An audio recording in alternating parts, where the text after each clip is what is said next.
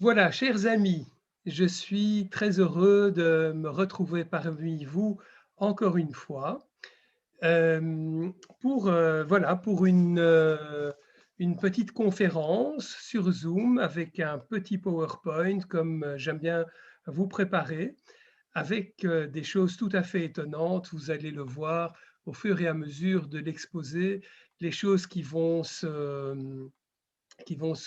découvrir, voilà, qui vont se découvrir à vous.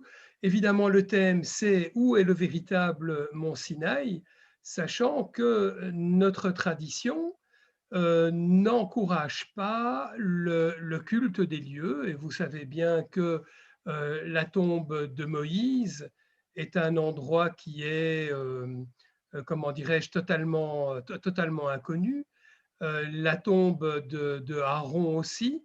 Alors, certaines autres traditions prétendent qu'elles savent où ça se trouve, mais nous, dans le judaïsme, nous n'avons pas cette préoccupation de culte de l'endroit, de culte du monument. Nous le faisons aussi un petit peu, mais c'est très rapidement pris pour de l'idolâtrie. Et je ne dois pas vous cacher que certains rabbinim trouvent que ce que nous faisons avec le côté la Maharavi, avec le mur des lamentations, qui en hébreu, en fait, on dit le mur de l'Est plutôt que, on ne dit pas en hébreu le mur des lamentations. Ce que nous faisons avec le Kotel est, comment dirais-je, très limite et pourrait être pris aussi pour de la, pour de l'idolâtrie. Alors, la problématique du mont Sinaï est, comment dirais-je, est similaire. Est similaire parce que ben, ça fait à peu près 2000 ans, peut-être même plus, que la population juive, puis la population chrétienne, et puis la population musulmane se demandent mais où ça pourrait être? Où ça pourrait être? Quelle est cette mystérieuse montagne voilà, qui est, comment dirais-je, convoitée par tous? Et voilà, nous allons avoir un petit aperçu aujourd'hui, cet après-midi, sur ce que finalement les archéologues ont pu déjà trouver. Alors, ceux qui ont fait déjà 2 conférences avec moi autour de la calligraphie vont reconnaître comment expliquer, cet univers qui est quand même très mystérieux, cet univers qui nous transporte finalement beaucoup plus longtemps que 5000 ans, beaucoup plus longtemps que 3000 ans, que 4000 ans, que 5000 ans, mais c'est un univers qui nous transporte il y a 10 000 ans et même il y a plus. Ce que je veux dire, donc, c'est au néolithique et carrément au paléolithique aussi. Néolithique et paléolithique, mais dans notre région, qu'est le Proche-Orient. Alors, tout d'abord, au niveau du mont Sinaï, mais quelle indication avons-nous? Nous en avons relativement peu en vérité. Comment dirais-je, toutes les sources, on va dire entre guillemets écrites, nous viennent de la Torah évidemment, et puis par après aussi dans la Gemara. Mais voilà, la première fois qu'on entend parler du mont Sinaï, c'est dans le chapitre 3 de l'Exode, de Shemot, et c'est assez bizarre parce que on ne parle pas du mont Sinaï, on parle de Har Chorev, le mont Horeb, et c'est à l'occasion du buisson ardent. Après le buisson, donc le Moïse qui a sa première expérience mystique de communion avec l'Éternel.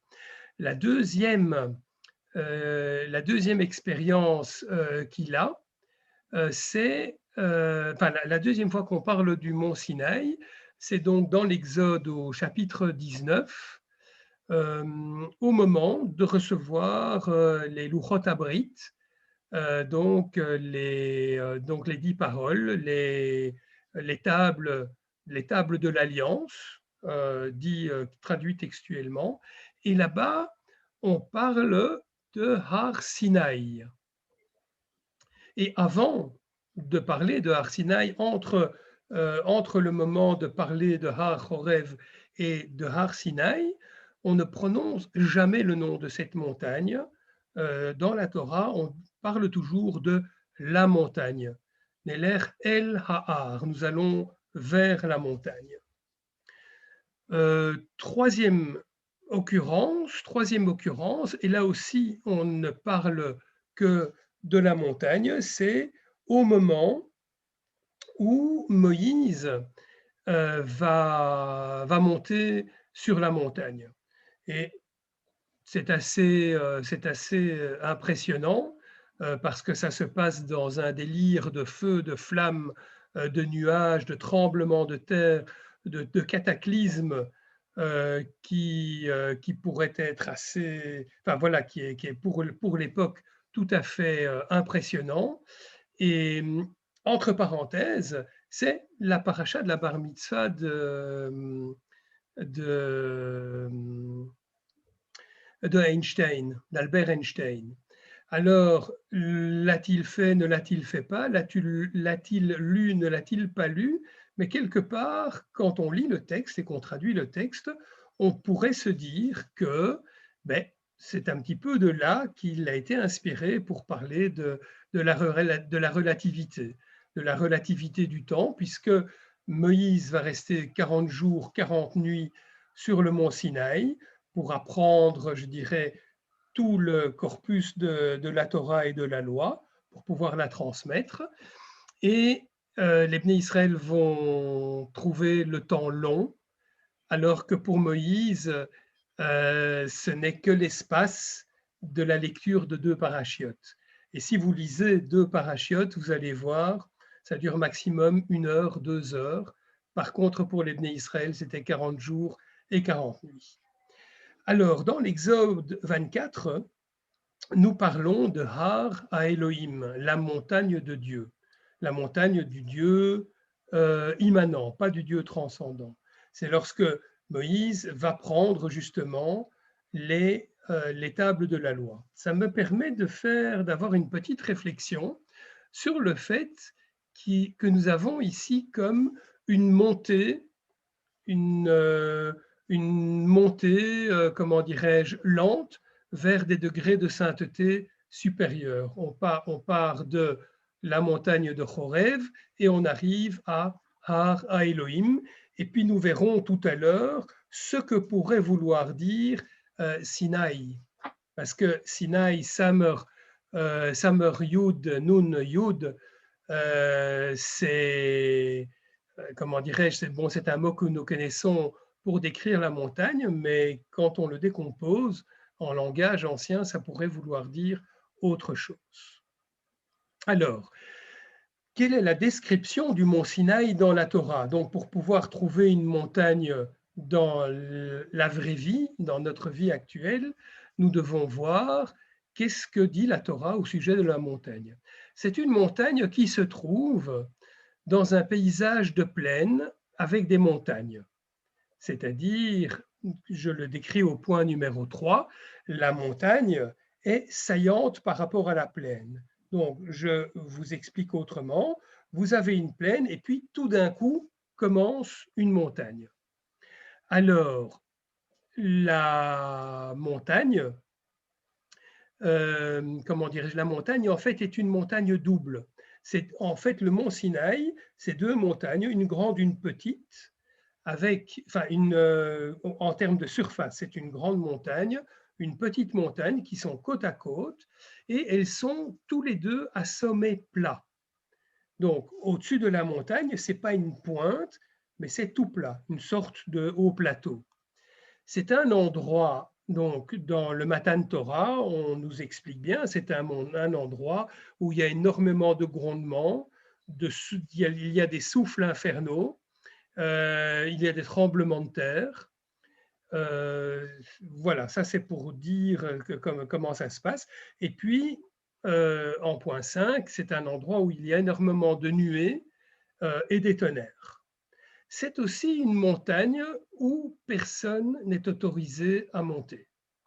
Seul Moïse pourra monter et aussi Yeshua pourra accompagner Moïse, mais jusqu'à un certain point, et à un moment, il ne pourra pas aller plus loin non plus. C'est une montagne où, sur la montagne, il y a une petite caverne, une petite montagne aussi, une toute petite, qui fait aussi un petit creux, qui fait un petit creux au sommet. Et c'est d'ailleurs dans cette cavité que Moïse se réfugiera, l'Éternel lui demande de se mettre dans cette caverne pour voir la majesté divine. À un moment, l'Éternel donc lui permet de voir la majesté divine et lui dit, tu ne peux pas me voir et rester en vie, donc tu te mettras dans la caverne, tu vas te cacher et au passage, je mettrai ma main et quand je serai passé, tu pourras me regarder par derrière. Donc c'est très important qu'il y ait cette petite caverne. Alors, voyons comment dirais-je, l'inventaire des montagnes candidates à être le véritable Mont Sinaï. Alors, je vous passe tous les... voilà, je n'en ai retenu que 3 parce qu'il y en a d'autres, mais qui sont à mon avis plus le résultat de fantasmes. Et ici, je vous les ai mis sur 2 petites cartes. Ce sont les points rouges, en fait. Une carte où j'ai fait la carte géographique et on voit ici tout en dessous le mont Sainte-Catherine dans la pointe de la péninsule du Sinaï. Un petit point rouge dans le nord de l'Arabie saoudite et un autre point dans, comment dirais-je, à l'intérieur du Negev, entre la frontière égyptienne et Beersheba. Et donc, effectivement, si on reprend l'autre carte pour un petit peu situer par rapport à la carte géopolitique de l'époque, nous avons donc le point au niveau de la péninsule du Sinaï qui aujourd'hui est le mont Sainte-Catherine. Nous avons dans le territoire de Midian, c'est assez important, le territoire de Midian, si vous vous rappelez, c'est le territoire d'où vient Jéthro, le beau-père de Moïse. C'est là que Moïse va aller se réfugier lorsqu'il aura tué un garde et qu'il aura qu'il aura entendu qu'on a vu son méfait. Soit dit en passant, je fais une petite parenthèse par rapport au réalisme des récits de la Torah. Imaginez-vous que notre maître à tous est un meurtrier. C'est quelque chose qui n'existe pas dans les autres traditions. Nous avons la possibilité d'assumer le fait que la personne chez nous la plus sainte est un meurtrier. Ce n'est pas pour ça qu'il faut tuer les gens, mais ça montre bien que nous ne sommes pas ici pour être des anges. Voilà. Alors, en Arabie saoudite, dans le territoire de Midian, c'est près de la frontière de la Jordanie, c'est un endroit qui s'appelle Djebel Louaz. Voilà, ça s'orthographie de toutes sortes de manières. J'ai mis une orthographe, voilà, celle que j'ai trouvée la plus facile à lire. Et en Israël, en bordure du territoire de Amalek, vous connaissez les Amalécites, ils sont célèbres pour nous créer énormément de problèmes.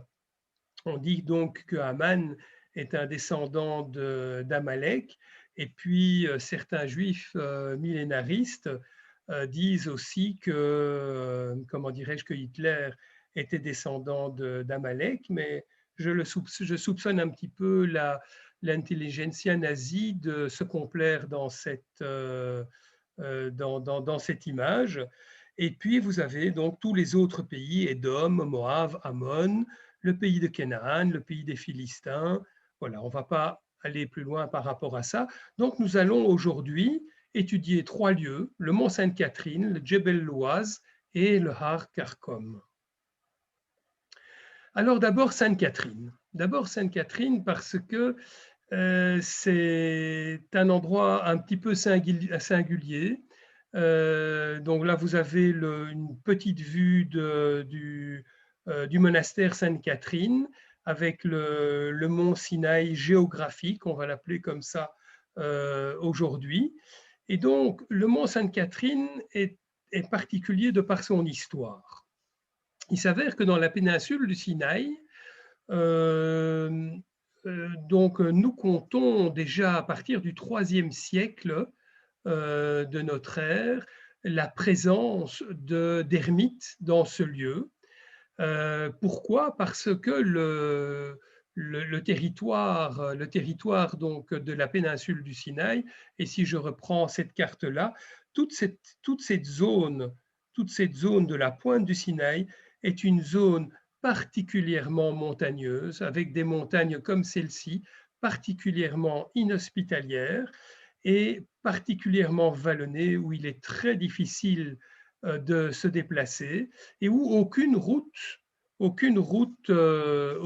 commerciale ne passe. Donc c'est un endroit où les ermites se plaisaient de disparaître pour justement pouvoir faire des retraites assez longues. Et vous savez qu'aujourd'hui, c'est un repère de djihadistes à notre grand malheur. Dès l'année 337, l'impératrice Hélène, la mère de l'empereur Constantin Ier, bâtit une chapelle à l'endroit donc du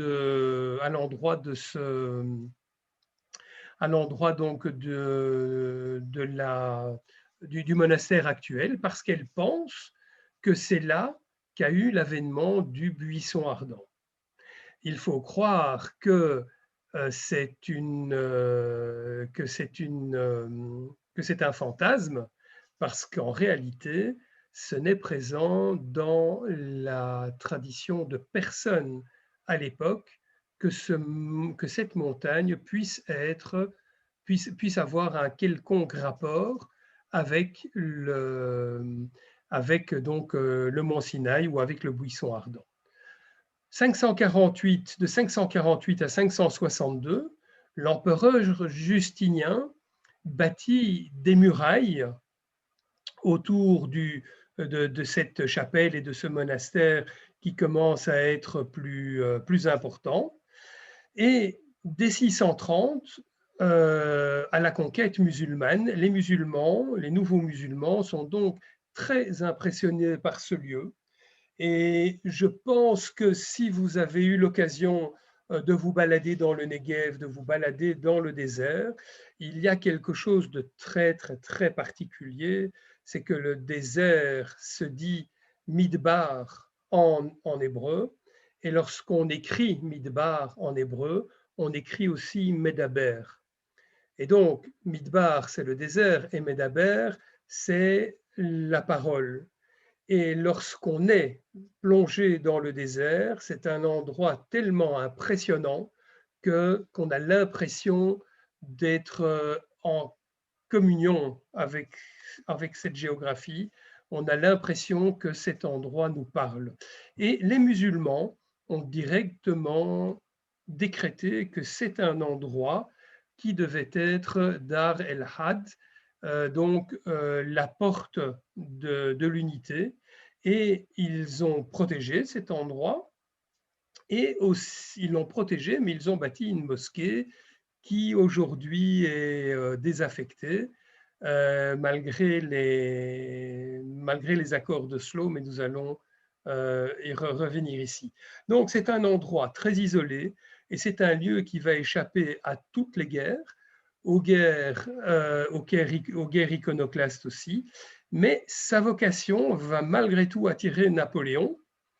Et à notre époque, le mont Sinaï, le monastère de la montagne du Sinaï va être un enjeu pour les accords d'Oslo. Et dans les accords d'Oslo vont être stipulés qu'il faut aussi bâtir là-bas une synagogue et une mosquée. Alors je pense que la mosquée, elle y était de toute façon parce qu'il y a de nombreux bédouins qui habitent pas très loin, mais je pense qu'ils n'ont pas besoin du monastère Sainte-Catherine pour avoir une mosquée. Et la synagogue, je ne sais pas si elle a été construite ou pas. Et donc, le mont Sinaï, pour terminer ce petit passage historique, le mont Sinaï, le monastère Sainte-Catherine s'est distingué par un attentat djihadiste en 2017. Quelle est la pertinence de ce lieu? Pourquoi ce lieu est assez, pourquoi ce lieu est assez intéressant? Tout d'abord parce que c'est un lieu très isolé. Il est loin des routes commerciales, loin des guerres, comme je l'ai dit. C'est un endroit calme et de très très peu d'intérêt parce qu'il n'y a pas à cet endroit, dans cette région-là, c'est un endroit où il n'y a aucun intérêt ni stratégique, ni géographique, ni géographique. Il n'y a pas de minerais ou de choses comme ça. Le pétrole, c'est bien plus au nord. Et la résultante fait que c'est un endroit où le monastère a emmagasiné une richesse iconique et artistique totalement inimaginable. Je ne vais pas pouvoir vous montrer tout le patrimoine artistique de cet endroit-là, mais je vous montrerai tout à l'heure, malgré tout, la bibliothèque qu'elle abrite, et c'est donc une des plus vieilles bibliothèques du monde, avec des manuscrits d'une valeur inestimable, et il me semble vous avoir dit lors de ma dernière conférence qu'il y avait même des parchemins qui avaient été trouvés là-bas qui corroboraient certains textes de notre loi orale.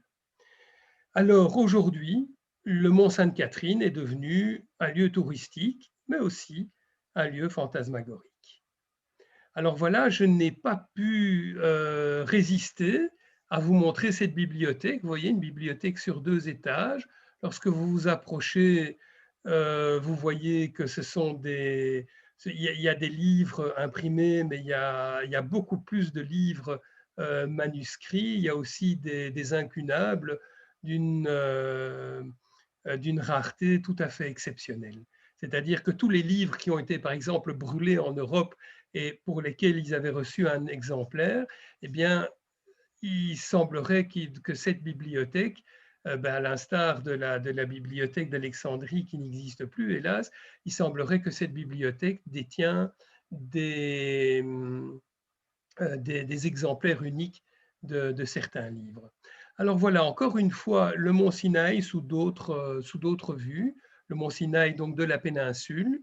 Et vous voyez donc ici, en tout cas, que c'est vraiment un endroit particulièrement inhospitalier, que c'est un endroit où il n'y a pas de vallée en forme de plaine, et on se demande bien où 2, 3 ou 4 millions de Bné Israël auraient pu trouver refuge, auraient pu dresser un camp pour, comment dirais-je, pour attendre, par exemple, 40 jours et 40 nuits, pour attendre Moïse. Alors, ici, nous avons, voilà, de nouveau ici la carte qui montre que vraiment le bout de la péninsule est un endroit totalement montagneux et particulièrement difficile d'accès. Et ici, un des dessins gravures du XVIIIe siècle, je ne me rappelle plus qui est l'artiste qui les a dessinés, mais il est bien connu, il a dessiné à peu près tout le Moyen-Orient comment dirais-je, et il est passé entre autres à Sainte-Catherine. Alors, donc, si le mont Sinaï de la péninsule du Sinaï avait été le vrai, les Bnei Israël auraient dû faire un chemin équivalent à le pointillé violet, qui est un pointillé très régulièrement, enfin qui est un chemin très régulièrement décrit dans les temples protestants, mais aussi dans certaines communautés juives. Donc nous partons de Ramsès et de Pithom. Vous savez qu'en Israël, en Égypte, nous n'avons pas construit les pyramides. Il faut savoir qu'en Égypte, les pyramides étaient déjà là du temps d'Abraham, et même pire, au moment où Abraham est arrivé en Égypte, les pyramides, les 3 pyramides de Gizeh en tout cas, étaient flambant neuves. Elles venaient à peu près d'être terminées à une centaine d'années près. Donc ce n'est pas les Bnei Israël qui ont construit les pyramides. Le texte de la Torah nous dit bien, nous avons construit la ville de Ramsès et la ville de Pithom. Et la première étape que nous avons, où nous avons été lors de la sortie d'Égypte, c'est le lieu dit de Sukkot. Et puis nous avons traversé pas la mer Rouge, nous avons traversé Yam Souf. Yam Souf, ce n'est pas la mer Rouge. Yam Souf, c'est la mer des Joncs. Et la mer des Joncs se trouve à cet endroit-là. Alors, vous avez certains... Bon, vous savez, il y a des tas de gens qui font de tout avec les découvertes géographiques. À cet endroit-ci, au niveau de Dahab, vous avez un endroit où le fond de la mer est beaucoup plus haut et il semblerait que si la mer se retirait, on pourrait passer là-bas à pied sec. Ce n'est pas très crédible, mais nous allons voir ça pour Djebel, pour Djebel al-Louaz. Nous allons voir tout à l'heure. Et ensuite, donc, toutes les autres étapes sont décrites.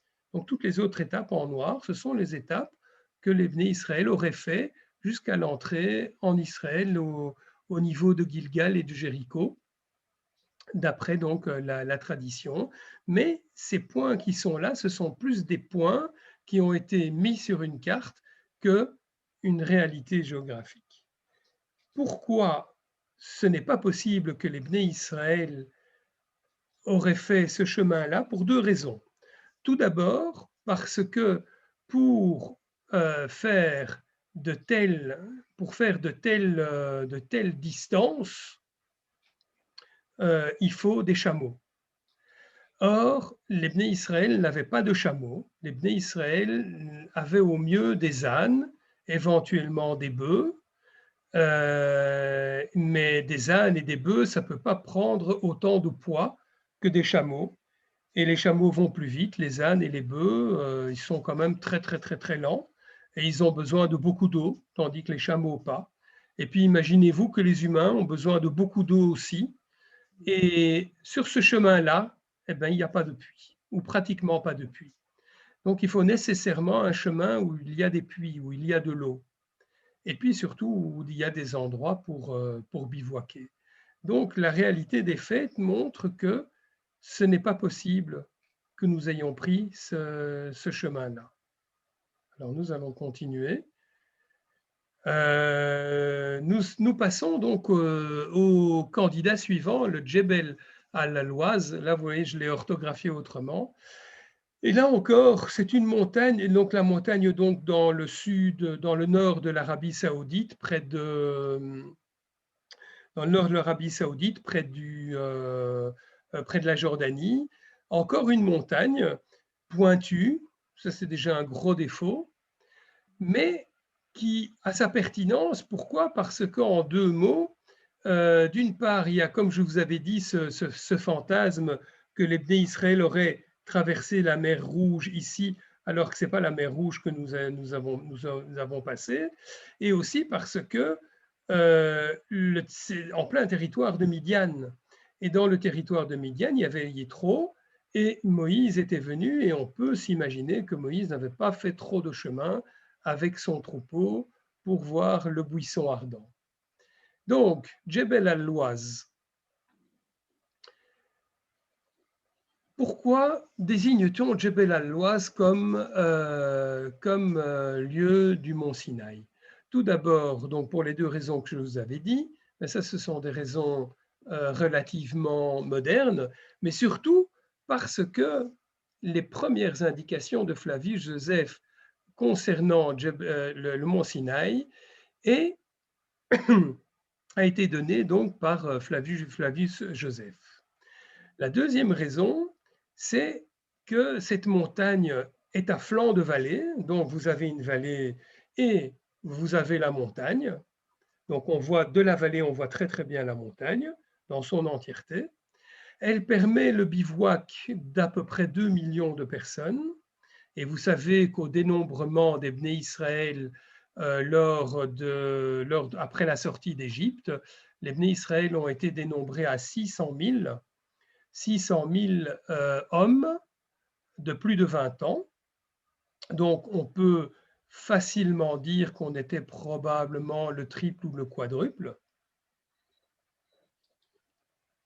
Mais aussi parce que c'est un lieu où il y a énormément de pétroglyphes proto-sinaïtiques.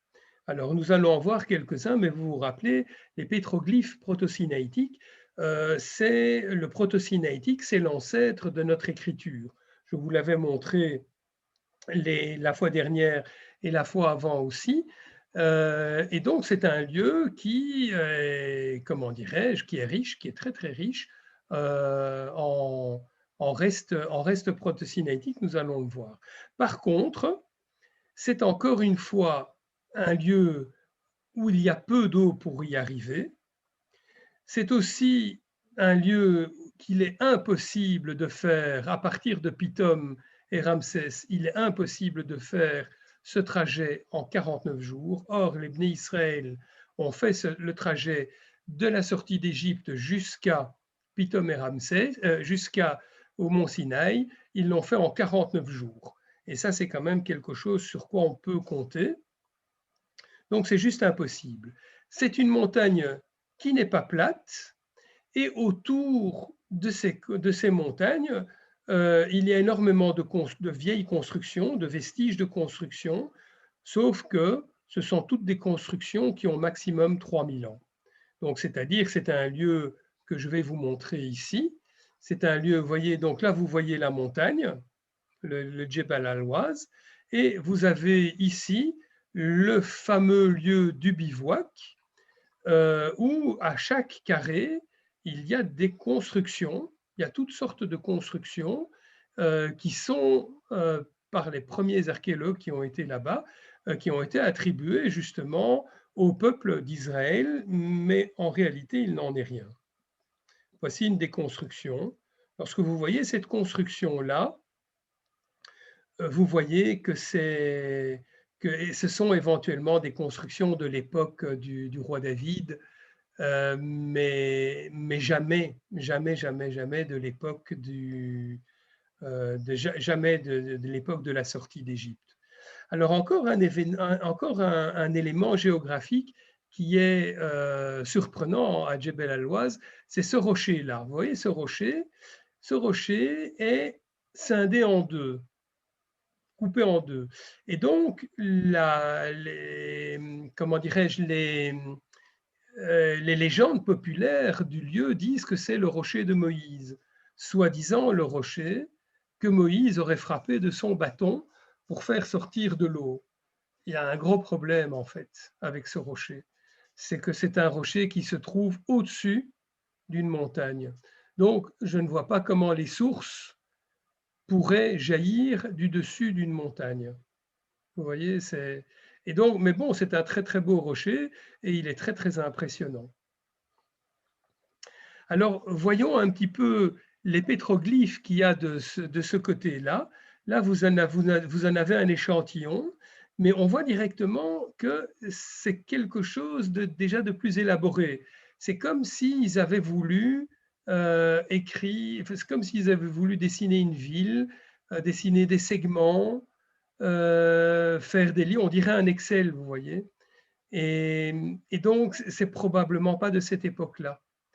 Un autre élément qui est surprenant, c'est la menorah que vous avez ici. Mm.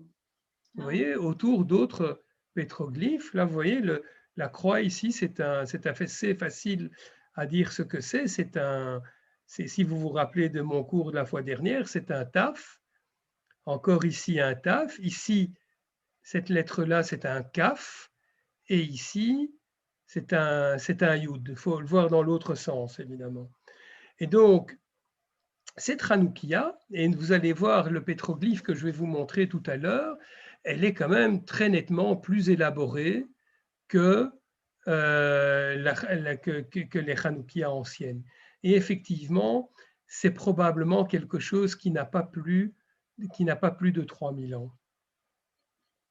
Alors nous continuons notre recherche et nous arrivons à la troisième montagne, le Har Karkom. Le Har Karkom, c'est cette montagne-là, avec l'autre montagne qui se retrouve derrière. Et là, vous voyez, c'est une montagne donc, qui est à flanc de vallée. Vous voyez un campement bédouin ici, à flanc de vallée. Et, et le dessus de la montagne est tout à fait plat. Évidemment, la montagne continue encore bien au-delà de ma photo. Ici, une autre photo faite de beaucoup plus loin, où on voit la montagne, on va dire, vue de profil, et vous voyez la place qu'il y a. Il faut vous dire qu'entre l'endroit où on photographie et les montagnes, il y a 5 km. Donc vous imaginez le nombre de millions de personnes qu'on pourrait faire bivouaquer à cet endroit-là. Alors voilà, le Har Karkom est une montagne plate. Il y a, comme je vous l'ai montré, énormément de place pour un campement en vallée. Il y a énormément d'eau en sous-sol et vous savez bien que le Negev a ça de particulier. C'est un endroit qui est très riche en eau dans son sous-sol et c'est pour ça que la Harava est occupée à reverdir, mais chaque année, chaque fois que je retourne en Israël et que je fais le chemin de la mer Morte jusqu'à Eilat, je suis étonné de voir le nombre de plantations supplémentaires qu'il y a, le nombre de forêts supplémentaires qu'il y a de moment en moment. Au-dessus de cette montagne du Har Karkom, il y a une grotte. C'est-à-dire qu'il y a un petit monticule avec une autre grotte au-dessus de cette montagne. Et autour de la montagne, il y a encore plus de vestiges néolithiques. Quand je dis des vestiges néolithiques, vous allez voir ce que je veux dire par après. On trouve énormément d'outils en silex, on trouve énormément de vestiges de campement, on trouve énormément comment dirais-je, de restants de nourriture, principalement des os d'antilopes, des os d'ovins et des os de bovins, pas d'os de porcin, donc pas d'os de phacochère, pas d'os de rongeur, donc pas d'os de lapin ni de lièvre. Il y a aussi, donc vous voyez déjà ce que je veux dire au niveau des habitudes alimentaires. Il y a, donc sur les sites préhistoriques, c'est ça qu'on cherche souvent. On cherche les restants d'os, les restants de nourriture, pour savoir ce que les gens mangeaient. Énormément de pétroglyphes, encore plus que partout ailleurs, encore plus que dans le Sinaï, encore plus que dans la Harava, encore plus qu'à Djebel el-Ouaz, encore plus que dans le nord, encore plus que de partout en Jordanie. C'est une zone géologique instable. C'est une zone où il y a toujours comment dirais, des petits tremblements de terre, des petits glissements de terrain, pas très graves, mais où les montagnes s'effondrent, toujours dans un fracas assourdissant et même inquiétant. C'est un endroit où les vents sont abondants, les vents et les nuages sont abondants. Pourquoi? Parce que à partir des vents qui viennent de la mer, c'est le premier obstacle que les nuages, trouvent, et avec toutes les poussières qui sont prises de la plaine côtière, le sable, je veux dire, le sable, donc les nuages se chargent de sable, et les nuages ont l'air d'être des nuages de fumée rouge, beige et blanche quand il y a moins de vent par rapport à l'eau, par rapport à la vapeur d'eau. Un autre point qui est assez important, là je vous ai fait en fait c'est le professeur Anati, un anthropologue qui a énormément fouillé dans ces régions-là, qui tente de prouver la pertinence de Har Karkom comme... il y a quelqu'un qui doit éteindre son micro, s'il vous plaît. Monsieur et Madame Wienerlack. Ah voilà, bref, parfait. Donc, il s'avère qu'à partir du mont Horeb, à partir du Karkom, à partir du mont Sinaï, les Bnei Israël ont marché 8 jours et ils se sont retrouvés à Kadesh Barnea. Kadesh Barnea est un lieu très célèbre par toutes les batailles qu'il y a eu. Les Égyptiens ont eu à découdre avec les Cananéens et avec les Amalécites à cet endroit-là. Et nous aussi, nous avons combattu à Kadesh Barnea et nous avons mis 12 jours après le Matan Torah, enfin après que tout se soit calmé, après que nous ayons quitté le mont Sinaï, nous avons mis 12 jours pour arriver à Kadesh. Et là-bas, nous nous sommes battus aussi contre les peuples, les peuples qui étaient là-bas. Quand on fait le trajet des puits, on obtient justement, pour aller de Horeb jusqu'à Kadesh, on a à peu près 12 grands puits et 12 jours de marche pour arriver là-bas. Alors, nous allons continuer notre investigation, notre voyage à l'époque d'Indiana Jones, pour montrer ici je vous montre les routes avérées, des caravanes, les routes avérées des chemins à l'époque par rapport au point d'eau. Et donc, vous avez une première route qui est la route côtière. Mais la route côtière, je ne sais pas si en lisant le Tanakh, vous n'avez pas vu ça, c'est que les Bnei Israël auraient pu directement partir directement contre les Cananéens en prenant la ligne droite.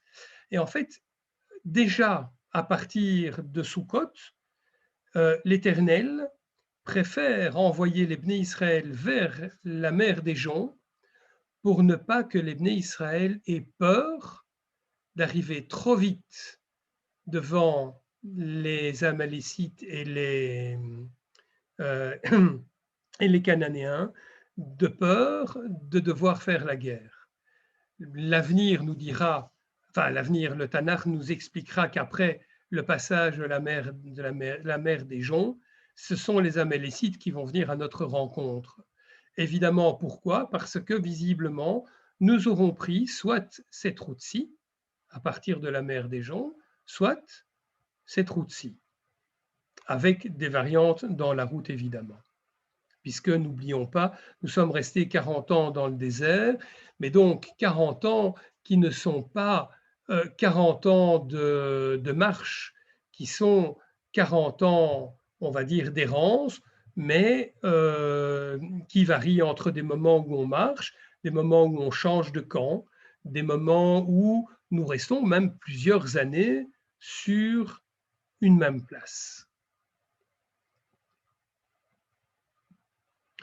Alors, je voudrais vous dire à ce stade-ci, avant de continuer la découverte des pétroglyphes ici, je voudrais vous dire que si vous voulez me poser une brève question, vous pouvez toujours me poser la brève question en poussant sur la longue touche de votre clavier.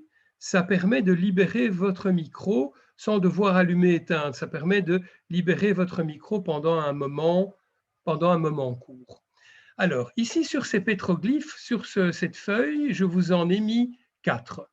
La première, c'est un pétroglyphe que je vous ai montré déjà la fois dernière.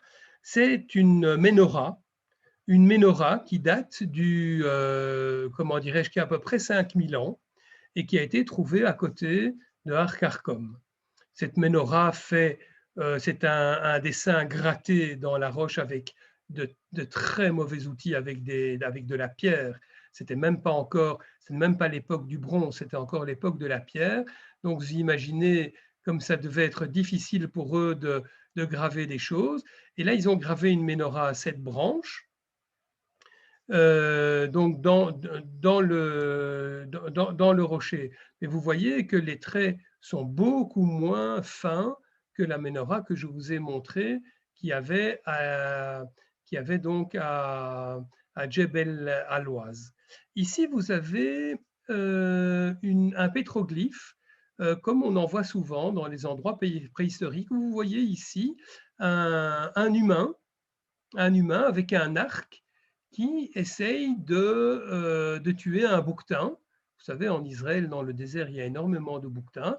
Et ici, tout le reste du troupeau, ou éventuellement l'une ou l'autre lettre en proto-sinaïque.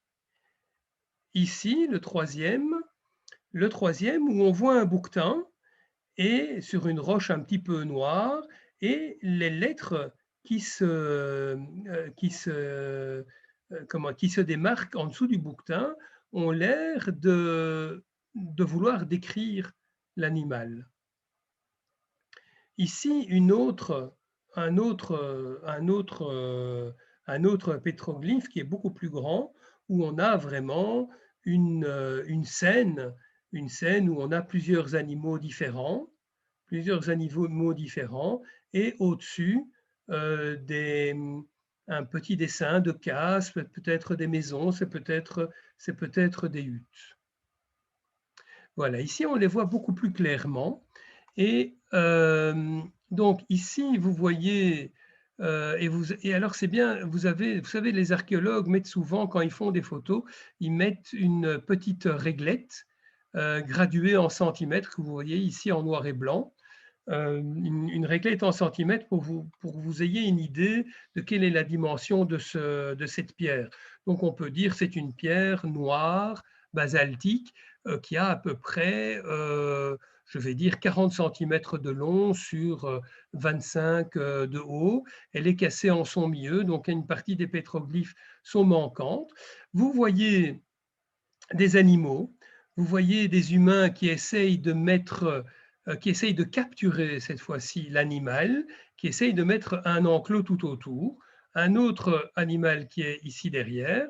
Cet animal a plus l'air d'être un veau, une vache, et vous voyez chose assez particulière ici, comme une croix gammée, un peu gammée n'importe comment, mais en fait c'est une forme plus de X, et donc c'est le taf. Le taf, qui est la dernière lettre et qui veut dire dans ce genre de situation, c'est que c'est la fin de tout. C'est-à-dire, c'est la fin de quoi? La fin probablement d'une période de famine. Pourquoi? Parce que l'humain a réussi à domestiquer les animaux. Et qu'est-ce que ça a fait? Ça a fait un humain ici, un humain, et vous voyez comment dirais-je, son membre phallique en dessous de ses deux jambes, qui est assez impressionnant si on doit le mettre à l'échelle humaine aujourd'hui, vous m'excuserez, mais c'est clairement pour marquer comment dirais-je, le passage de l'époque de la cueillette à l'époque de la culture et à l'époque de la fécondité, justement. La fécondité retrouvée, comment dirais-je, on progresse beaucoup plus avec l'élevage qu'avec la chasse. Ici, vous avez un autre pétroglyphe qui fait à peu près la même taille, où on a réuni, et c'est un pétroglyphe que je vous ai déjà montré, où on a réuni toutes les bestioles absolument dangereuses dans le coin. C'est comme pour dire n'allez pas par là, c'est dangereux. On a plusieurs serpents, on a deux scorpions, on a une salamandre, on a encore d'autres animaux euh, comment dirais-je, enfin, qu'on a difficile à identifier. C'est aussi une préfiguration de la légende de Joseph qui a été jeté dans un puits. Ici, dans le troisième pétroglyphe que je vous montre sur cette feuille, on a un œil. En hébreu, un œil, c'est Aïn. Et Aïn, en hébreu, ça veut dire l'œil, mais ça veut aussi dire le puits. Et donc, on sait pertinemment, d'après les relevés géologiques, que c'est à cet endroit-là qu'il y avait un puits. Et effectivement, autour de Kharkov, il y a plusieurs endroits où vous avez des cercles qui est le pétroglyphe de la lettre Aïn. Alors, ça veut dire parfois œil et ça veut dire souvent puits. Le dernier pétroglyphe de cette feuille, c'est un pétroglyphe que je vous ai montré aussi, que j'ai intitulé Le bâton de Moïse, où on voit très clairement un bâton avec une tête et deux petites cornes. Vous savez certainement que certains serpents dans le désert ont des petites cornes, certains crotales, et vous voyez le bâton, donc en forme droite, qui se transforme en bâton en forme sinueuse. Comme si le bâton pouvait avoir deux formes, la forme de bâton et puis la forme de serpent. Préfiguration du miracle de Moïse auprès des mages égyptiens. Et quand vous savez qu'en hébreu, un serpent se dit nachash, et que le nachash, c'est la lettre nun, et que la lettre nun en proto-sinaïtique, c'est justement comment dirais-je, le serpent dans sa version droite, c'est tout à fait surprenant. Nous continuons, nous allons passer à autre chose que l'écriture. Oui, d'abord, ce qui m'a effectivement impressionné beaucoup, les tables de la loi que je vous ai montré la dernière fois. C'est une gravure proto-sinaïtique qui a à peu près 5000 ans, donc approximativement 1500 ans avant le don de la Torah. Donc il y a 1, 2, 3, 4, 5, 6, 7, 8, 9, 10 10 compartiments, 10 compartiments pour 10 lois universelles, 10 lois universelles qui ici sont notées 2 en dessous, 2 au-dessus, 3 au milieu de part et d'autre.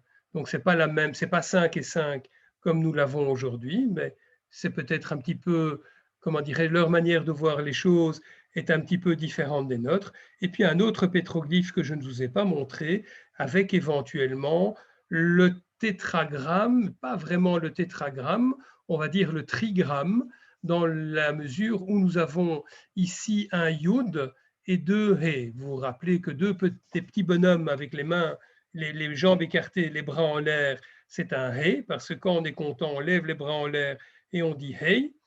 Et donc, vous avez deux he et un yud, qui est la traduction de celui-ci. Et donc, c'est assez intéressant de voir que le nom de Dieu n'est pas écrit entièrement. Yud, He, Vav, He. Ils n'ont pas écrit entièrement pour ne pas l'écrire dans sa totalité, mais pour écrire une forme du verbe être qui n'est pas tout à fait l'éternel, mais qui pourrait l'être. Alors, je vous ai parlé des lieux de culte. Alors, je ne sais pas si vous avez remarqué dans la Torah, il est marqué que les autels ne peuvent jamais être faits en pierre taillée.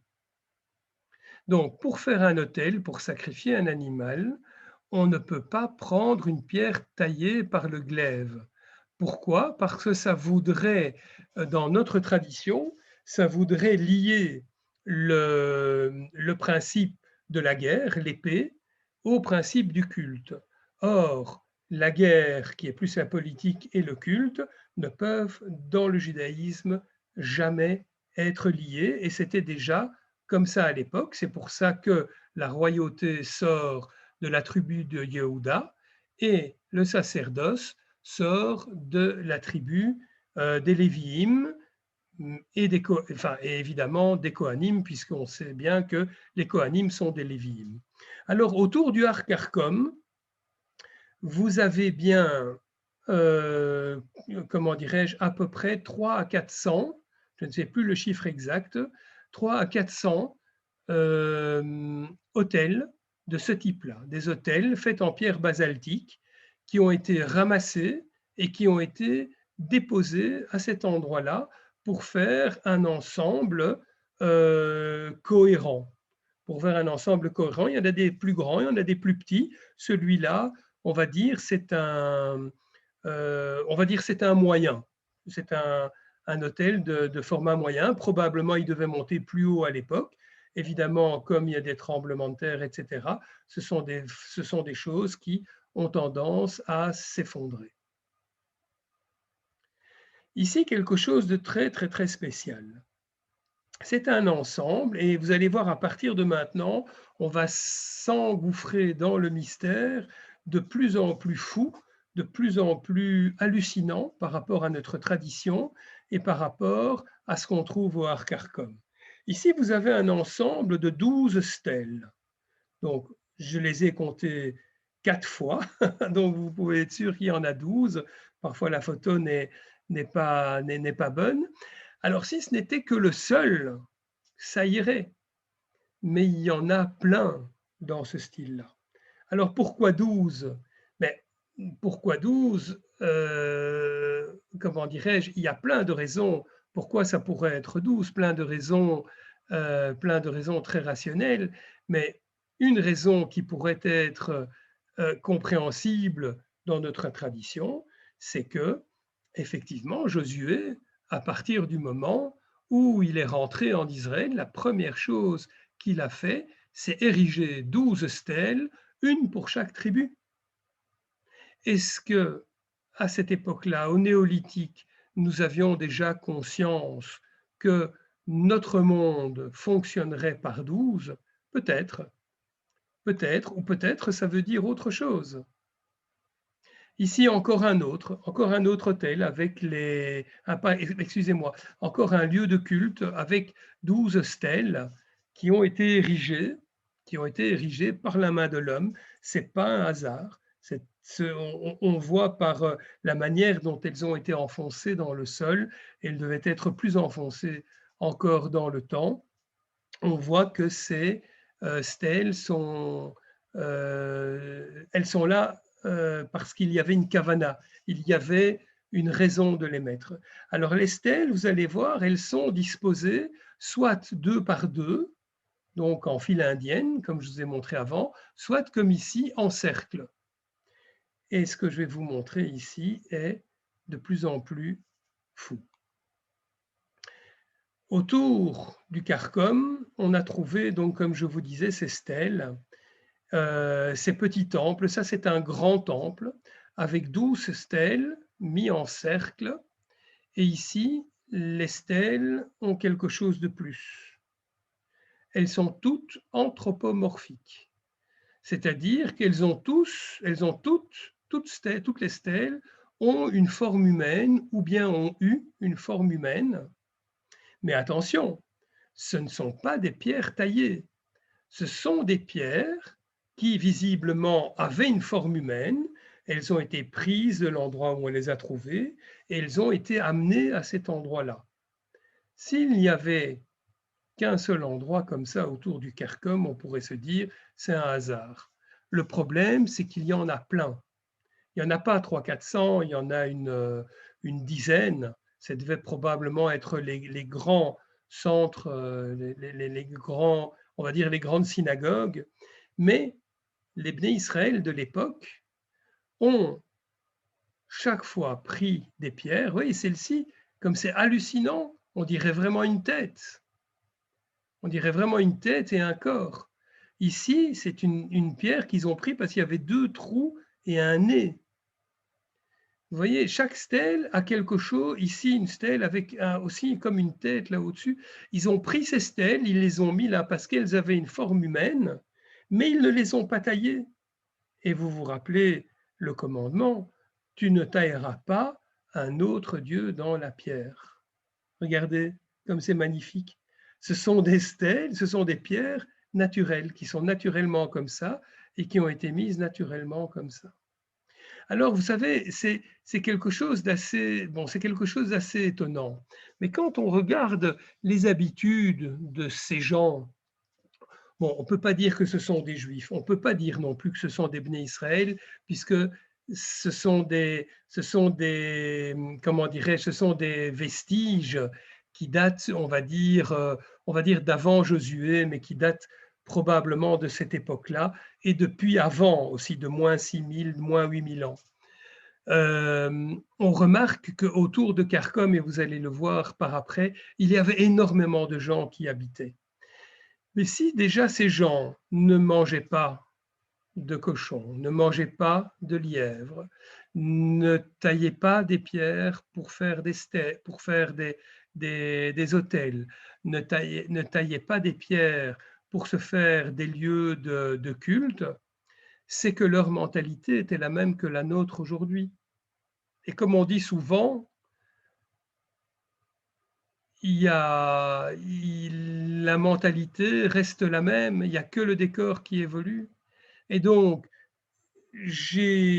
comment dirais-je, en faisant un petit saut dans le temps, mais je me dis, mais en réalité, la mentalité et les préoccupations de ces humains qui étaient probablement nos frères, enfin nos pères plutôt de l'époque, leurs préoccupations étaient les mêmes que les nôtres aujourd'hui, les mêmes que les nôtres aujourd'hui, et elles allaient probablement dans un même sens, et probablement elles ont préfiguré toute nos traditions d'aujourd'hui en passant par le spectre, évidemment, de l'installation d'un vrai pays en Israël, en passant par le spectre de la rédaction de la loi orale, je veux dire de la Torah, en passant par le spectre du premier exil, en passant par le spectre de la civilisation babylonienne qui nous a donné énormément de choses,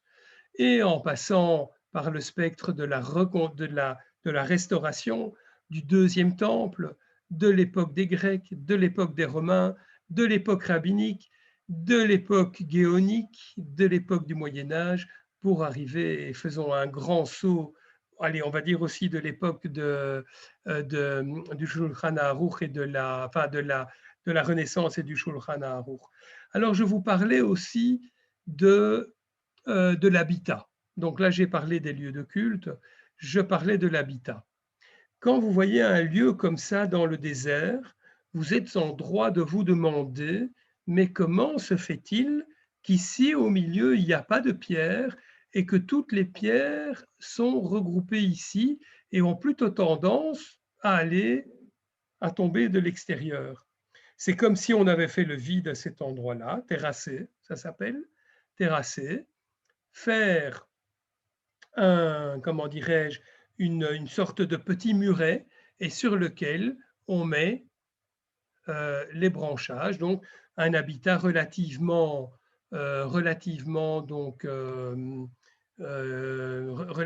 précaire, autrement dit une souka.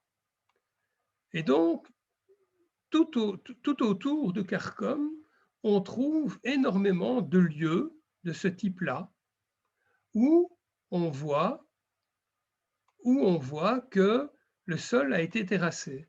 Le sol a été terrassé, alors il y a des endroits où il y a plus de pierres, d'autres il y a moins de pierres. Il ne faut pas oublier que ce sont des endroits qui ont un âge, qui ont 3000 ans, 4000 ans, 5000 ans, 6000 ans, et qu'il y a eu des humains, les humains ont habité là-bas, on le verra tout à l'heure, jusqu'au 3e, 4e siècle de notre ère, à l'époque romaine aussi. Il y a aussi des vestiges romains donc autour de Kharkov. Et donc, on emprunte souvent des pierres. Probablement les pierres utilisées à l'époque de nos proto-juifs étaient probablement les meilleures qu'ils ont trouvées sur place, et probablement elles ont été aussi empruntées par les habitants d'après. Ici, je vous montre des vues aériennes pour vous montrer un petit peu comment s'organisait l'habitat. Vous voyez, ça c'est une vue aérienne. Vous avez 1, 2, 3, 4, 5, 6, 7, 8 huttes. 8 huttes de 5 personnes. Vous avez déjà minimum 40 personnes. Et ici, une grosse hutte qui est peut-être un autre endroit. Ici encore plusieurs huttes, où ça avait l'air d'être une grande hutte avec des, comment dirais-je, des dépendances. Attention, nous sommes haut dans le ciel. Voilà, tout ça pour, pour continuer, pour vous expliquer que ce sont des sites qui ont été habités jusqu'au IVe siècle. Ces sites étaient habités depuis le Paléolithique. Et pourquoi ces sites ont été habités, puis pas habités, puis réhabités? Parce que c'est un site qui est en état de désertification depuis 4000 ans. Alors imaginez-vous, il y a 4000 ans, ces endroits étaient aussi verts que la Galilée. Donc vous avez tous été en Galilée, vous avez tous vu à quel point, en fait, en hiver, quand il y a eu des pluies, à quel point la Galilée est verte, à quel point la Galilée est hospitalière. Vous devez vous imaginer que ces lieux étaient aussi verts que la Galilée il y a 4000 ans. Et que depuis 4000 ans, ce site se désertifie petit à petit. Donc, ce site se désertifie depuis avant l'époque d'Abraham, et nos ancêtres ont vu leur civilisation se désertifier petit à petit. Petit à petit, et l'humus, vous savez ce que c'est l'humus, hein, quand on va dans la forêt, toute la terre qui est retenue par les racines des arbres, c'est ça qui est l'humus, c'est ça qu'on appelle l'humus. Et tout ça est parti en 4000 ans. Vous savez, aujourd'hui, on parle de catastrophe climatique. Eh bien, nous avons déjà vécu une catastrophe climatique. Nous avons déjà vécu une catastrophe climatique et imaginez-vous, cette catastrophe climatique est inscrite dans nos prières, dans le schéma Israël. Donc écoute Israël. Dans le deuxième paragraphe du schéma Israël, à un moment, nous disons Vechara af Hashem ve'atzar et hashamayim ve'lo yemata va'aretz lo titen et yevula. En fait, Gershon pourra me citer le texte plus facilement. Là, je suis un petit peu ému de vous parler, ça se bouscule un petit peu dans ma tête. Mais donc, dans le schéma Israël, on dit effectivement que si nous ne suivons pas les mitzvot, eh bien, l'Éternel arrêtera le ciel, il n'y aura plus de pluie, et nous quitterons rapidement la bonne terre que l'Éternel nous a donnée. Alors, je ne vous invite pas à prendre le texte à la lettre, parce que sont les mitzvot? Moi, je n'en sais rien. Il y a les mitzvot qui sont expliqués dans le judaïsme, mais c'est peut-être beaucoup plus large. Ce texte est peut-être là pour nous faire prendre conscience qu'effectivement, si nous ne soignons pas notre planète, elle risquerait de nous faire défaut à un moment ou à un autre. Rappelez-vous, la planète a suivi plusieurs ères glaciaires. Pourquoi pas encore une autre, ou pourquoi pas une saison encore plus chaude?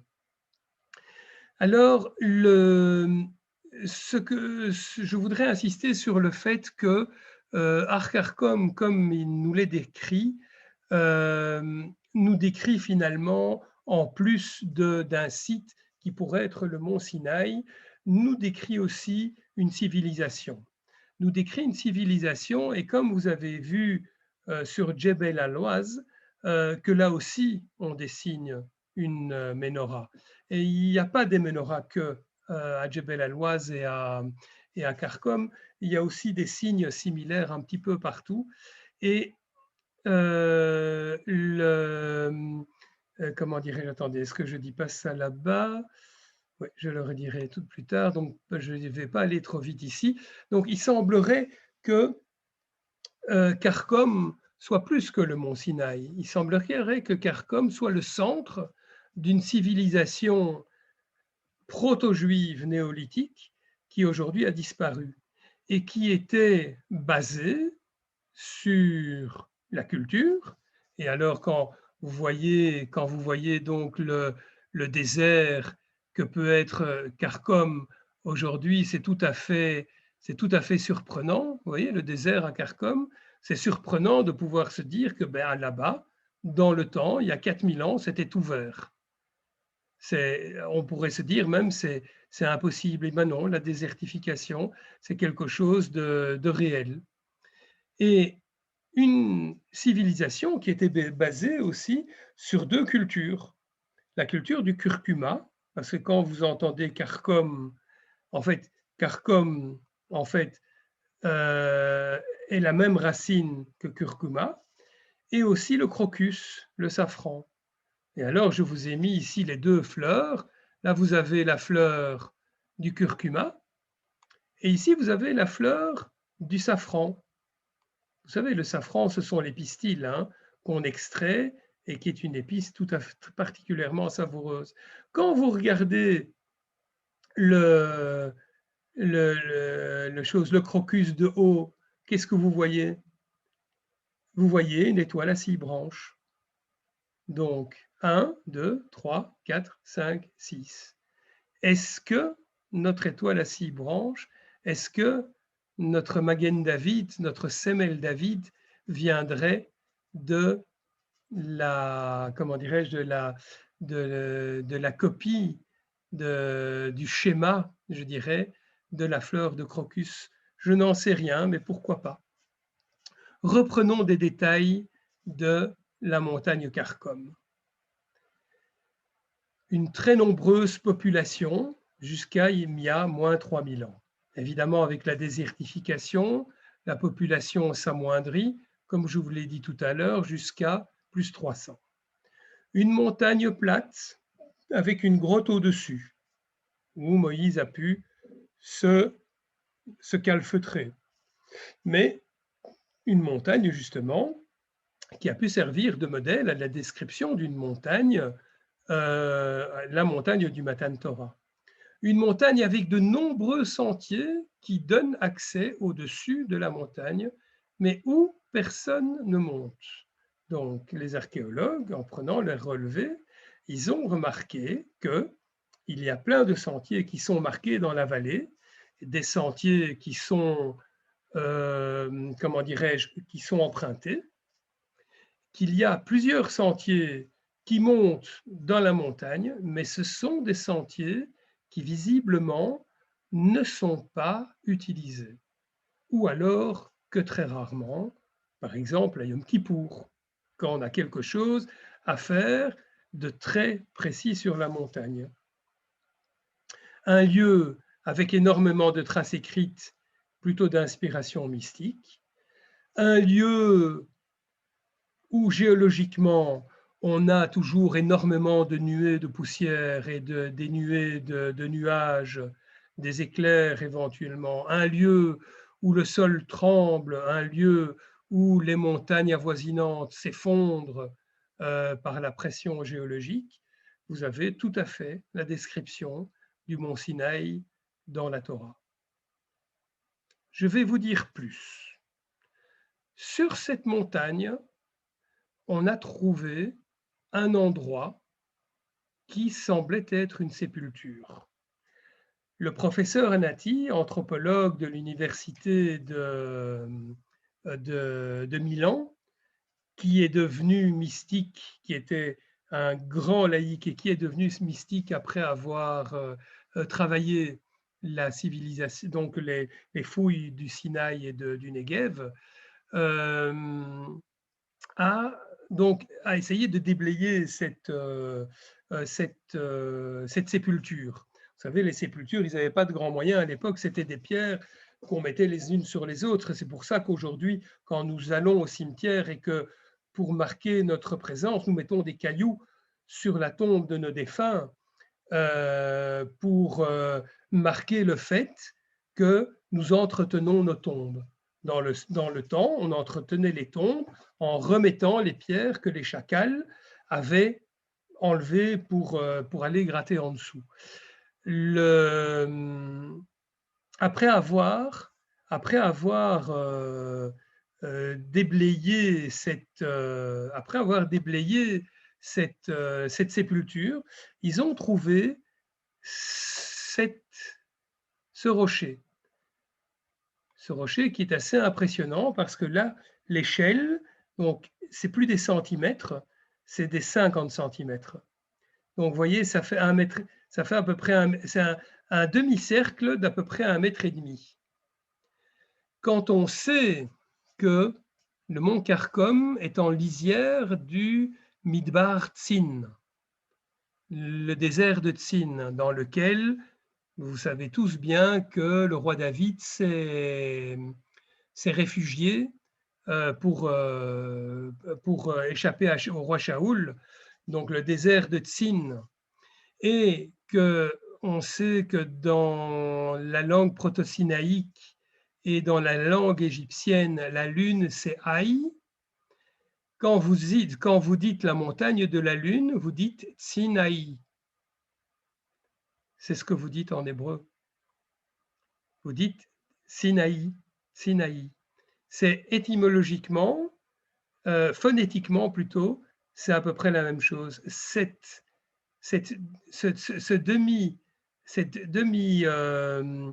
demi-disque est taillé dans une roche un peu plus calcaire, c'est pour ça qu'elle est blanche. Elle a été enfouie dans cette sépulture. En fait, ce n'est pas une sépulture. Ils ont voulu cacher leur Dieu. Alors, vous savez bien que, et on nous l'explique dans la Haggadah de Pessah, que dans le temps, nous étions des idolâtres. Et on nous raconte l'histoire d'Abraham. Mais est-ce que cette histoire d'Abraham ne se réfère pas à notre civilisation néolithique où on adorait la lune, où on adorait aussi Yahvé, comme je vous l'ai montré auparavant, mais où on adorait des tas d'autres dieux et des dieux plus récents qui sont Asherah et Baal aussi. Donc, voilà, ce sont des choses qui font réfléchir. Et une dernière diapositive que je vais vous montrer, qui a été faite proche de Karakum, pas tout à fait à Karakum. Et en fait, c'est la photo d'une illusion d'optique. Il s'avère que c'est un rocher, c'est une crête assez fine. Ceci est une crête dans laquelle, ici, toute la partie claire, en fait, est un trou. Et il y a un autre rocher devant ce trou. Mais entre le rocher et le trou, il y a comme ça 4-5 mètres de distance. Et au coucher du soleil, quand le soleil décline et qui devient rouge, il y a comme une auréole qui se marque dans les, comment dirais-je, dans les bords de ce petit tunnel.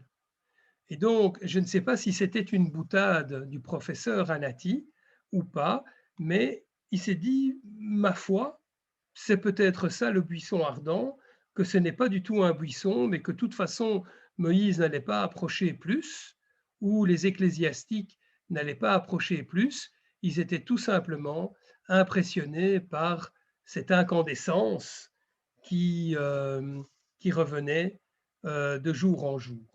Alors, je vous parlais du professeur Anati, qui est devenu mystique. Eh bien, imaginez-vous que j'ai retrouvé sa trace depuis la dernière conférence que je vous ai donnée. Le monsieur a acheté le monsieur, il a 90 ans aujourd'hui, donc c'est quand même un âge avancé. Et il a acheté une maison à Mitzpeh Ramon et il s'est fait un petit musée des trouvailles qu'on lui a laissées et qu'il trouve encore en se baladant dans le désert, donc à Mitzpeh Ramon. Je vous invite à aller le voir parce que c'est un personnage assez sympathique. Vous imaginez un Italien jovial voilà, c'est toujours intéressant. Et ici, voilà un des livres que j'ai lus, qui sont en partie, d'où les éléments que je vous ai cités aujourd'hui sont tirés en partie. Alors, c'est un livre universitaire, c'est quand même un livre très très cher, donc ne vous précipitez pas. Et sur ce livre, il y a justement ce personnage qui paraît vraiment tout à fait humain et qui est mis comme stèle pour le temple, à je ne sais quel dieu, ou peut-être au dieu monothéiste qui a dit qu'il ne faut pas faire d'image de, de la, qu'il ne faut pas faire d'image donc de la divinité. Voilà, voilà, c'est ici que s'achève l'exposé que je voulais vous faire. J'espère qu'il n'était pas trop dense, parce que je vois que j'ai parlé presque 2 heures. mais voilà, c'est toujours particulièrement passionnant. Et voilà, je vous invite à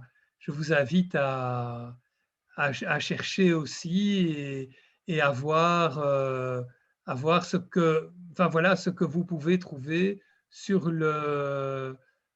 Internet ou dans toute la littérature qui existe à ce sujet-là. Et voilà, si vous voulez me poser l'une ou l'autre question, il n'y a pas de souci, je suis là pour vous. Alors moi, j'aimerais bien revoir l'image du livre. L'image du livre. Oui, oui, j'ai pas eu le temps de... Désolé, désolé, j'étais un peu vite, effectivement. Le voyez-vous? Oui, Voilà, c'est les mystères du mont Sinaï de Emmanuel Anati. Et donc, effectivement, ce que je n'ai pas dit et qui aurait dû être la fin de ma conférence, c'est le fait que, comme je l'ai dit au début, en fait, il n'est pas question dans le judaïsme de désigner une montagne. Les musulmans, les chrétiens l'ont fait parce que c'est peut-être plus dans leur mentalité de désigner un lieu aussi mystérieux que pourrait être le mont Sinaï, l'endroit où nous avons reçu les 10 commandements, c'est quand même assez exceptionnel. Le judaïsme a préféré laisser cet endroit inconnu, mystérieux, inatteignable, puisqu'il n'y a que Moïse qui pouvait l'atteindre. Et effectivement, comme je vous disais, la tombe de Moïse et la tombe d'Aaron ne sont pas connues, et c'est écrit dans la Torah qu'elles ne seront jamais connues, on ne les trouvera jamais, et c'est la même chose pour le mont Sinaï. Nous ne pouvons que avoir des expectations, faire des recherches et se demander, mais est-ce qu'il n'y a pas quelque chose d'autre là-dessous? Et c'est un petit peu ce que je vous ai montré aujourd'hui. Peut-être le judaïsme a beaucoup plus que 3000 ans, beaucoup plus que 5000, et peut-être qu'il a 10 000, peut-être que nous sommes le seul peuple qui a trouvé le moyen de transmettre sa tradition déjà de la préhistoire. Voilà, je Merci. vous remercie. Encore d'autres questions? c'était Luc, très intéressant. Merci beaucoup. De rien, de rien. Merci beaucoup. Je vous avais Merci. déjà vu à la synagogue aussi. Merci beaucoup pour cet exposé. Luc, Oui, j'aimerais d'abord te remercier parce que c'était absolument fascinant. Et puis te demander sur le plan géographique si effectivement ces CARCOM dont on parle, est-ce que c'est pas entre guillemets ennuyeux que ça se trouve sur le territoire qui était déjà le territoire prévu pour les Bnei Israël?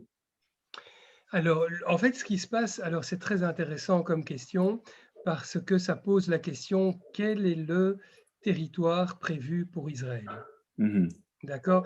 Alors, je vais essayer d'aller vous chercher une autre carte parce que le territoire prévu pour Israël, donc attendez, excusez-moi, je vais faire quelques manipulations. Voilà, quitter le mode plein écran. Ça, c'est une chose. Non, ça, je ne peux pas faire. Il y a des choses qu'on peut faire, des choses qu'on ne peut pas faire. Et j'ai besoin... Voilà. Excusez-moi encore un petit instant. Je vais faire ça. Donc, le territoire qui était prévu pour Israël, donc il est dit qu'il s'agit d'un territoire qui va du grand fleuve d'Égypte de l'Euphrate jusqu'au grand fleuve d'Égypte. Alors, je me suis toujours beaucoup disputé avec, vous m'excusez, les gens qui prétendent que le grand fleuve d'Égypte, c'est le Nil. Vous voyez, souvent, voilà, j'ai trouvé la bonne diapositive, je vais essayer de la rendre plus grande. Le grand fleuve d'Égypte, ce n'est pas le Nil. Le grand fleuve d'Égypte, comme il est décrit dans la Torah, c'est un oued qui passe à travers le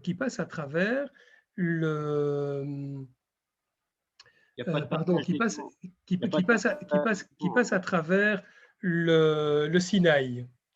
Et donc qui englobe aussi en fait la péninsule du Sinaï. Alors excusez-moi, je cherche maintenant comment je vais pouvoir vous partager cette carte.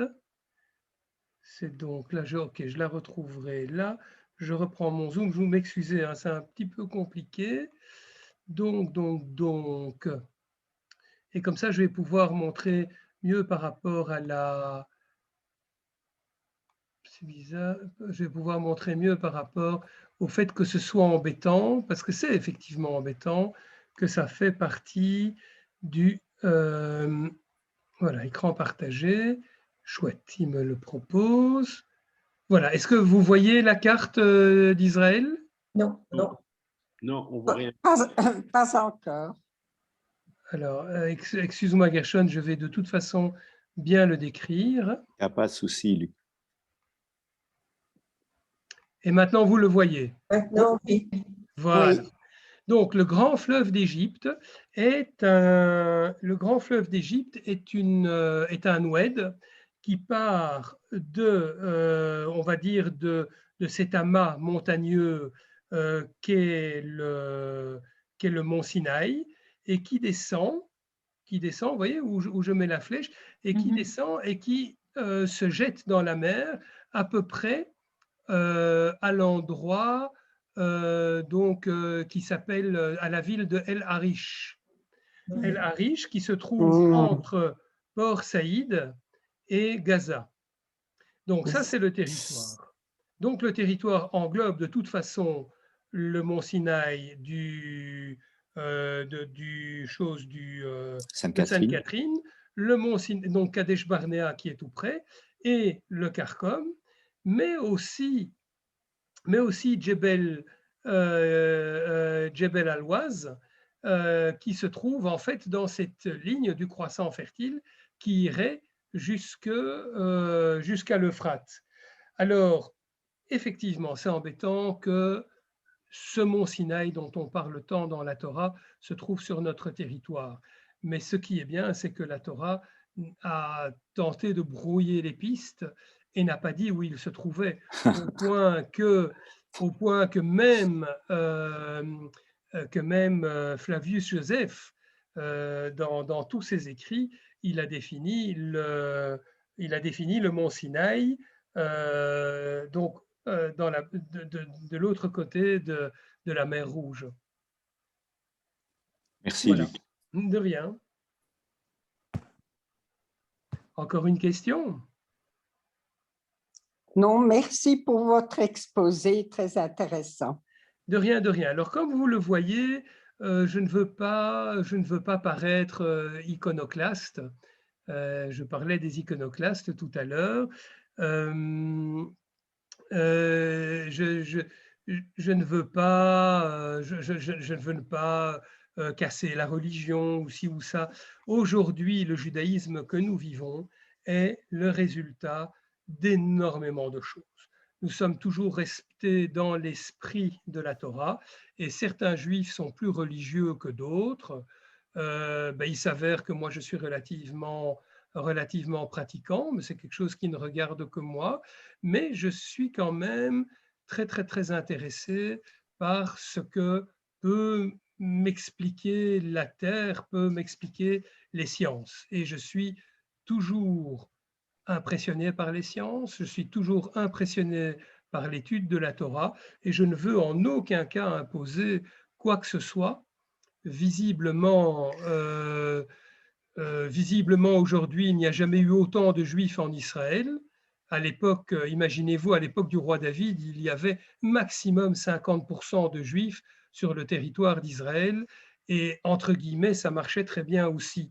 Donc, il n'y a pas de choses, dans le monde humain, il n'y a pas de choses absolues. Et dans la tradition, ce qui est important, c'est de la transmettre comme on nous l'a transmise depuis si longtemps.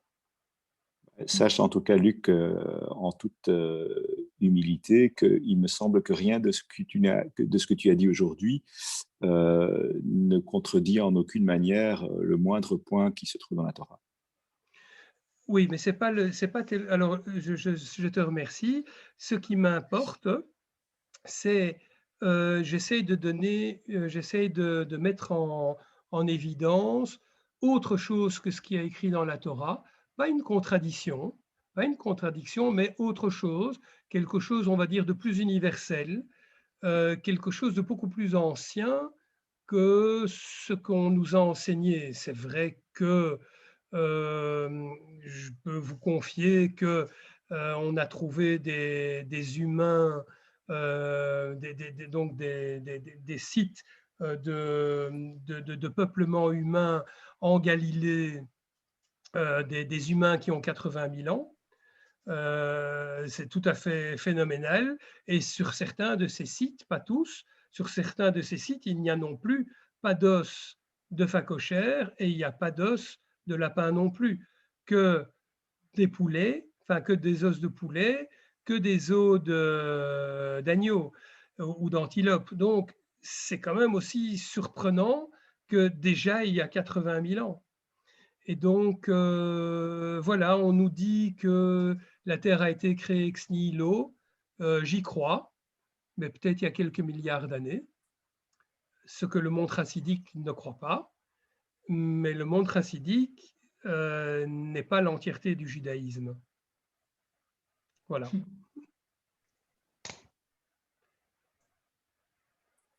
Il me semble qu'il y a encore l'une ou l'autre question.